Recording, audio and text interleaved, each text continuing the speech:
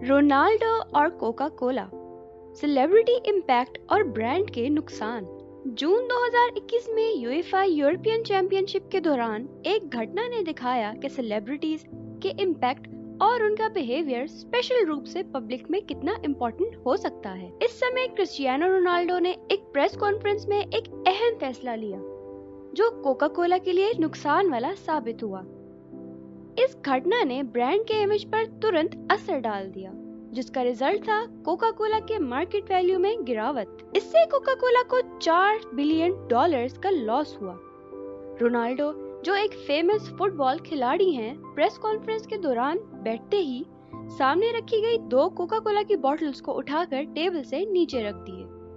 उसने फिर एक पानी की बोतल को उठाकर दिखाया और लोगों से कहा अगवा, जो कि पुर्तगीज में पानी का मतलब है, जिससे साफ हो गया कि ये कार्बोनेटेड ड्रिंक्स के विरोध में थे और कोला पीने की जगह पानी पीने की अपील कर रहे थे। इस छोटे से हादसे ने कोका कोला के लिए बड़े नेगेटिव इम्पैक्ट क्रिएट किए। इस घटना के तुरंत बाद कंपनी की मार्केट वैल्यू में करोड़ों डॉलर की कमी आई। याद रखा जाना चाहिए कि पब्लिक लिमिटेड कंपनीज की मार्केट वैल्यूज डिफरेंट फैक्टर्स जैसे कि पब्लिक की ओपिनियन और उनके इंडोर्समेंट्स पर निर्भर होती है। इस तरह के एक्ट से कोका कोला के स्टॉक्स में गिरावट आई। ये घटना दिखाता है कि सेलिब्रिटीज और स्पोर्ट्स आइकन्स जैसे कि रोनाल्डो के बिहेवियर का किस तरह से पब्लिक ओपिनियन और कंज्यूमर बिहेवियर पर इम्पैक्ट पड़ सकता है। सोशल मीडिया के इस दौर में ऐसी घटनाएं तुरंत वायरल हो जाती हैं और ब्रांड पर तुरंत असर करती हैं। ये मुद्दा उठाता है कि कैसे सेलिब्रिटीज का इम्पैक्ट पब्लिक की राय और बिहेवियर पर पड़ सकता है, जिसे ट्रेडिशनल एडवर्टाइजिंग के जरिए मुश्किल से कंट्रोल किया जा सकता है। कोका कोला ने इस मुद्दे पर आंसर दिया, ये कहकर कि हर कोई अपनी पसंद के पीने का अधिकार रखता है और उनका ऑब्जेक्टिव अलग अलग इंटरेस्ट और जरूरतों को ध्यान में रखते हुए उनके प्रोडक्ट्स बनाए जाते हैं।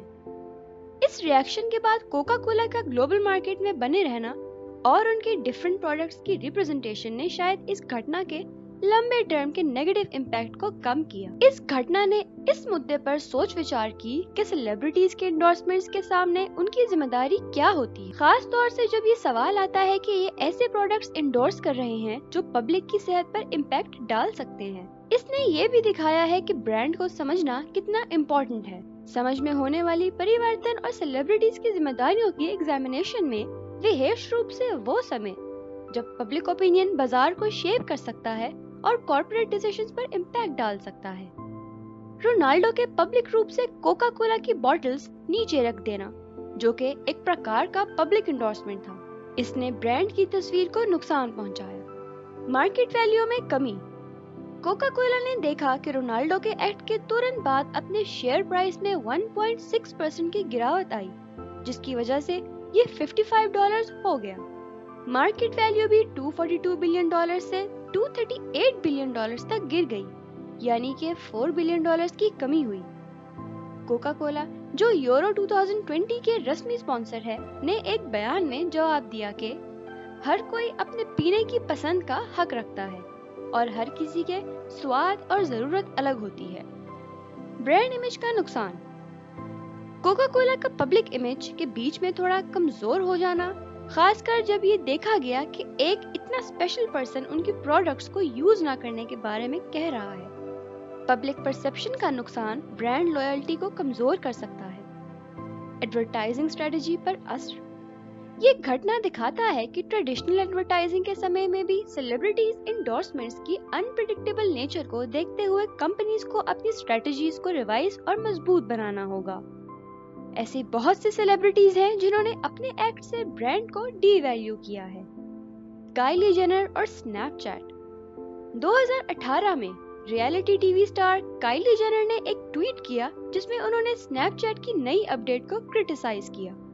उनका ये ट्वीट स्नैपचैट के स्टॉक्स में तुरंत 6% की गिरावट का कारण बना, जिससे स्नैपचैट को $1.3 बिलियन का लॉस हुआ। पेप्सी और कैंडल जेनर। एक पेप्सी एडवर्टाइजमेंट में मॉडल कैंडल जेनर एक प्रोटेस्ट में शामिल होकर एक पुलिस ऑफिसर को पेप्सी कैन देती हैं। इससे पेप्सी को $2 मिलियन से लेकर $5 मिलियन तक का लॉस हुआ। एडवर्टाइजमेंट को पब्लिक में कंट्रोवर्सी और क्रिटिसिज्म का सामना करना पड़ा, जिससे पेप्सी ने इसे तुरंत हटा दिया। टाइगर वुड्स और नाइकी।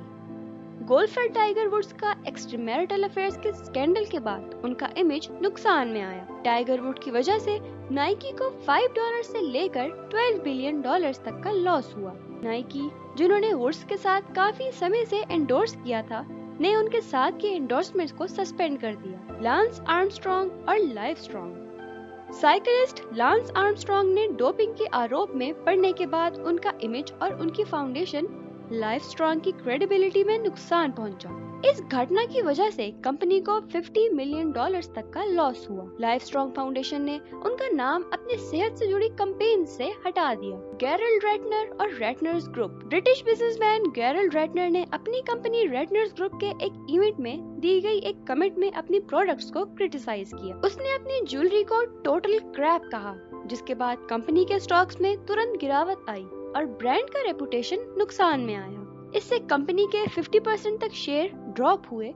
इस कंपनी को £500 मिलियन तक का लॉस हुआ। जो अप्रूवन रॉन्ग चीज हो, हेल्थ पर बैड इम्पैक्ट डालने वाली प्रोडक्ट को, खास तौर पर सेलिब्रिटी को ये चाहिए कि इन प्रोडक्ट की प्रमोशन कभी करें ही नहीं। वीडियो पसंद आए तो लाइक और सब्सक्राइब कर दीजिए और बेल आइकन दबाना मत भूलिएगा। मिलते हैं नेक्स्ट वीडियो में।